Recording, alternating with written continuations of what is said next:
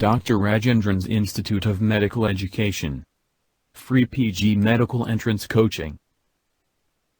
This video is about chest X-ray findings in heart failure. What is the earliest sign of chronic heart failure in a X-ray chest? Choices are A. Prominent upper lobe veins, B. Curly B lines, C. Hilar prominence, D. Cardiomegaly, and E. Dilated pulmonary artery. Pause this video and decide the correct choice before proceeding. The correct answer is choice A, that is prominent upper zone veins.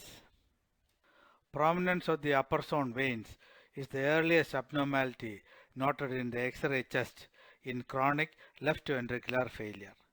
This is due to pulmonary venous hypertension. The size of the pulmonary vessels in the X-ray depends on the amount of pulmonary blood flow. In the upright posture, 60 to 70% of the total pulmonary blood flow is to the lower portions of the lungs. This is simply because of the effect of gravity. Therefore, pulmonary vessels in the upper portions of the lungs are smaller than the vessels in the lower portions of the lungs. This is a normal X-ray chest in a female. These are the breast shadows. These are the bronchovascular markings, these branching shadows. You can very well see these bronchovascular markings are much more prominent in the lower lung fields compared to the upper lung fields. This is the X-ray of a patient with pulmonary venous hypertension due to cardiac failure.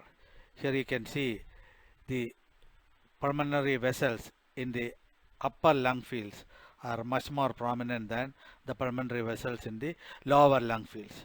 You can also note the cardiomegaly. Here the two X-rays are given for comparison. Normal, hardly any vessels in the upper lung fields. Patient with heart failure, prominent upper zone vessels. In chronic heart failure, there is rise in left ventricular end diastolic pressure that leads to a rise in pressure in the left atrium, which leads to a rise in pressure in the pulmonary veins. The rise in diastolic pressure in the left ventricle is transmitted to the left atrium and pulmonary veins, resulting in pulmonary venous hypertension. In pulmonary venous hypertension, there is reversal of the normal pattern of pulmonary blood flow. The vessels in the lower portions of the lungs constrict and thus decrease in size, whereas vessels in the upper portions of the lungs dilate and increase in size. Pulmonary venous hypertension, as indicated by prominent upper zone vessels, corresponds with a pulmonary capillary pressure of 18 to 20 millimeters of mercury. The normal pulmonary capillary pressure is 5 to 10 millimeters of mercury. Remember, in acute pulmonary edema, as may occur with acute myocardial infarction or adult respiratory distress syndrome, prominence of the upper zone vessels may not be present. Now, what about the second choice, curly B lines? They are short, thin, straight lines seen in the periphery of the lower lung fields at right angles to the pleura. They do not branch. That is how they are differentiated from bronchovascular markings. This is a close-up view of the lower lung field. Here you can see the curly B lines. Short, thin, straight lines that do not branch at right angles to the pleura. Pleura goes like that, at right angles to the pleura. This is the normal X-ray chest, no curly B lines. Curly B lines are due to thickened interlobular septa due to fluid accumulation or dilated lymphatic channels. It corresponds with a pulmonary capillary pressure of 20 to 25 millimeters of mercury. Finally, you get what is known as the bat wing or butterfly appearance.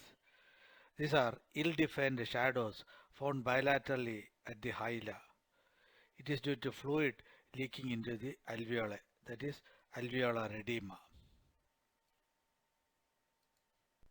This X-ray shows the batting or butterfly appearance, ill-defined shadows which are prominent at the hilea.